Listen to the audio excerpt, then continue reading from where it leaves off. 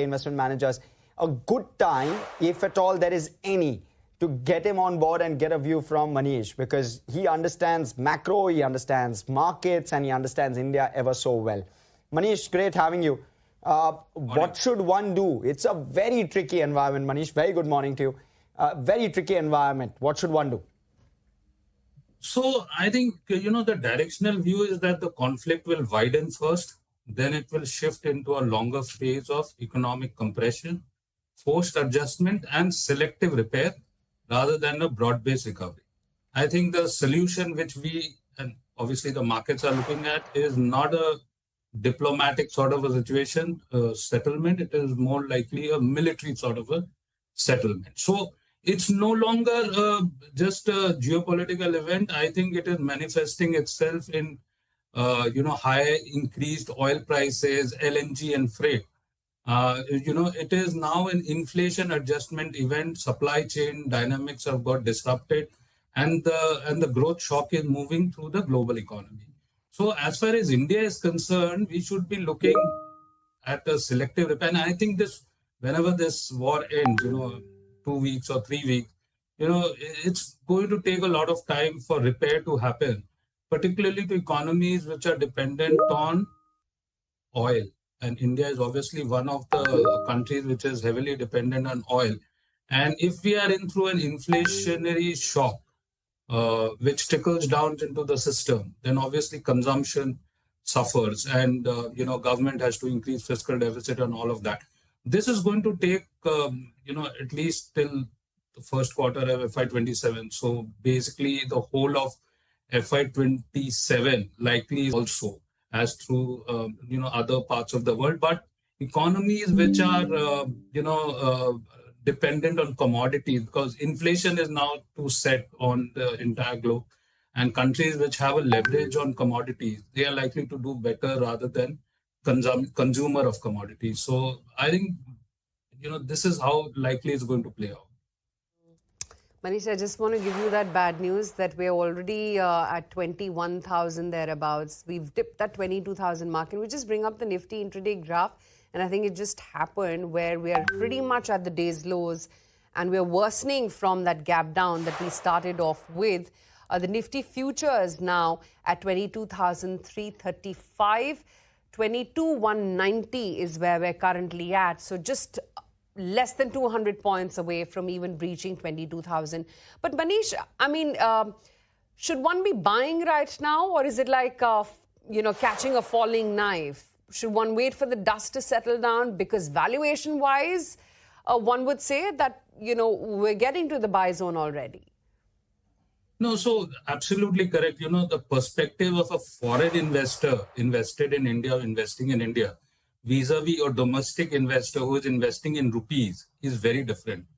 So just to put things in perspective, the CAGR of the Indian economy, the GDP growth in the last 12 years, that is 2012-13, Indian economy in dollar terms was 1.8 trillion. And in 26, this is around $3.57 trillion.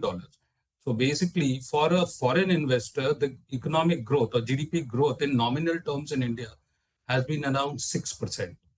And for a rupee investor, this nominal GDP growth in India has been around 10%. So, obviously the hierarchy is being played by the depreciation of the Indian rupee, and obviously the reporting currencies of foreigners are the US dollar or equivalents. And that is why they find it very unlucrative for investments in India.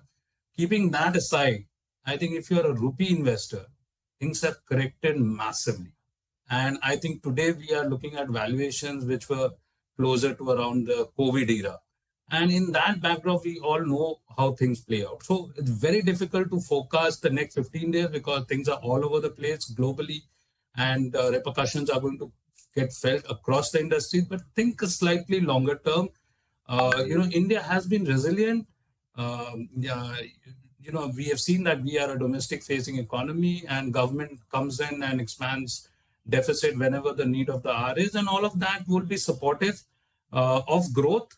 And in terms of 9 to 10%, because inflation is coming in on 9 to 10% GDP growth for India is good. And within that backdrop, some of the sectors and some of the companies where valuations have become mouth-watering from a 3 to 4 year perspective, one should actually be looking to buy. I'm not a seller at all, even though the FIs have been selling left, right, and center, and there's no hope that they would come in any time soon.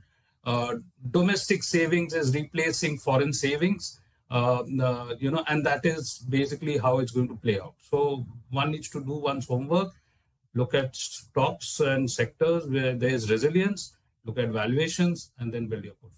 But that's the problem, Manish, because, while you know that the valuations are close to COVID levels right now, you're not really seeing that visibility anywhere. And now banks and financials, they as well, the back has been broken. And then you have these incidents like HDFC Bank, where there is then the trust deficit also comes in. And the highest weighted sector as well is getting collapsed right now. What's your preferred list in the market to buy?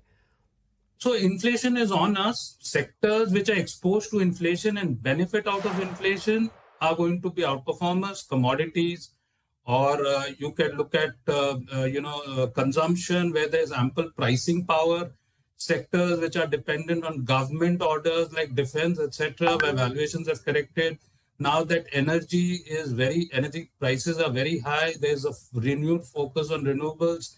Of course, out there again, valuations have corrected, and not to do so much with the generation part of solar renewables, but more to do with the transmission and the value chain, the transformers and the oils and all of that go into the power value chain. Those things look good.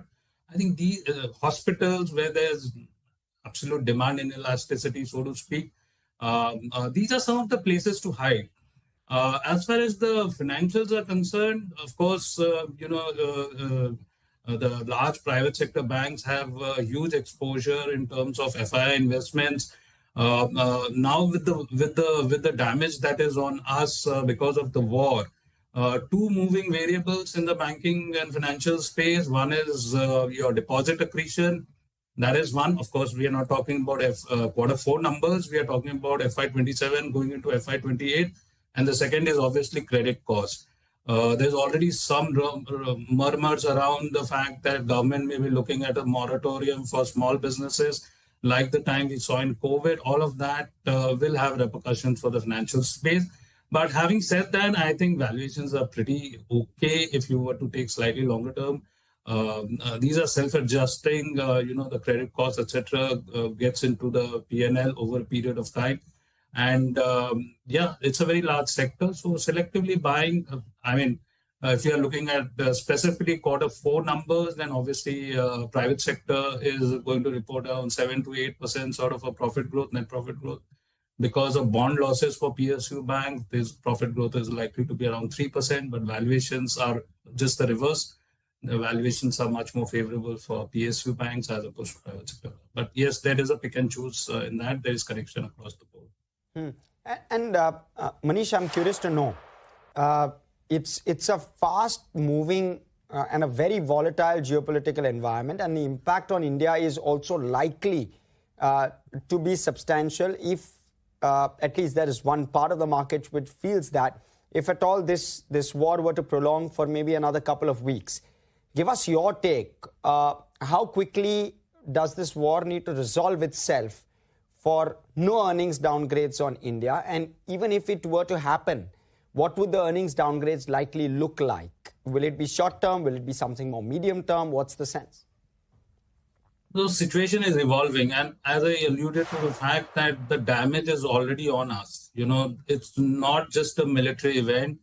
It is an inflation-driven supply shock event. And the growth shock is going to move across the global economy in which India is not going to be left out. So yes, India has been resilient in the past as well, but there will be some time lapse when the growth is likely to come back. So I think markets over a period of time will look at FY28 numbers now, because FY27 is a one-off normalization. If we were to build in, the war is not yet ended, but if it was to get extended, then obviously it is going to be through increased working capital. It is going to mean higher rates. It is because of inflation, and it is also going to mean, compression in margins. because of raw material. Second order impact is demand compression, consumption, getting more squeezed towards staples as opposed to discretionary, because there's likely to be postponement in that, and in that which is likely to be more preferred given the requirements is likely to play out, and whether the pricing power exists within the consumption spaces as well. So this is how likely the entire thing is going to play out. But I would reckon FY27, if we were previously working with 14 to 15%, at least a 2 to 3% damage to overall EPS estimates of FY27 is likely par the course given where we are currently. Manish, also, the learning from the previous fiscal, given that so much transpired and it sort of, the index alone tested your patience for quite some time. What are the sectors or themes that you would steer clear of right now as you build the portfolio for the next year? So basically, all the sectors and themes have become, mouth-watering in terms of valuations. But supply chain bottlenecks, these are some of the spaces to likely steer away. There, where you have, you have lock-in on working capital for higher periods. I think the idea is not to depend so much on export-oriented sectors currently. Merchandise exports particularly, and focus more on what is produced and consumed within the country. These are areas where one needs to focus on. Some of the areas which are high ticket items, because mass income is likely to get compressed. Inflation is going to eat into your savings. Real estate, these are high ticket items. They can always be postponed, so on and so forth. These are some of the spaces which one needs to be wary of currently, because these are sectors for the good times. When there's ample liquidity, when interest rates are very benign and low, and there is a lot of liquidity into the system. These are spaces which flourish in those periods. But currently, we are not in that sort of a situation.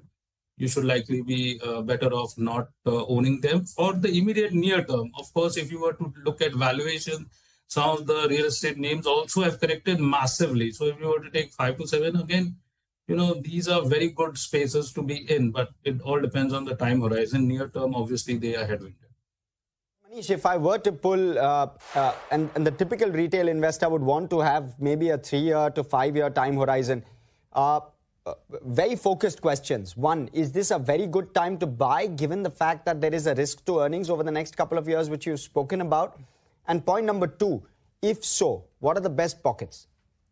No, so retail investor, 3 to 5 years, probably, would be much better off buying at these mouth-watering valuations.